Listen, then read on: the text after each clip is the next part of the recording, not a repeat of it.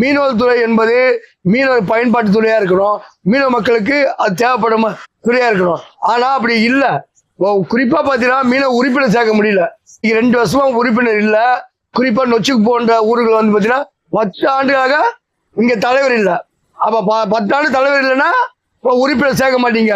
அப்ப இங்க வர மீனவன் 18 வயசு ஆனவன் தொழில் பண்றவன் இயற்கையில ஏதோ அடிபட்டு ஏதோ ஆச்சுன்னா அவனுக்கு நிவாரணம் எப்படி கொடுப்ப?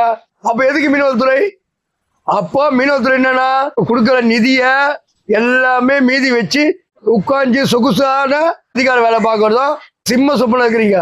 ஆனா கஷ்டப்படுற மீனவன், உழைக்கிற மீனவன், அவனுக்கான ஒதுக்கிற நிதிய நீ சாப்பிட்டு ஏப்ப விடுவ. இங்க இருந்த அப்பாவி மீனவன் கஷ்டப்பட்டு இருக்கணும், காலகாலமா கஷ்டப்பட்டு இருக்கணும். அவனுக்கு தொழில் ஏற்படும் பிரச்சனை நீ கேள்வி கேட்க மாட்டேன்.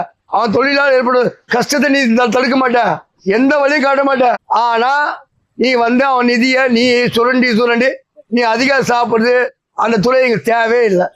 எங்களுக்கு தேவையில்லைங்க. மத்தியில ஒரு மீனவரை போடுறதுக்கு உங்க துப்பு இல்லை, மாநில மீனவர் அமைச்சரை போடுறதுக்கு உங்க துப்பு இல்லை. அப்ப துறை எங்களுக்கு எதுக்கு?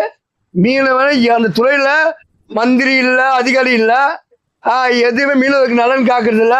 அப்படிப்பட்ட துறை எங்களுக்கு தேவையே இல்லை.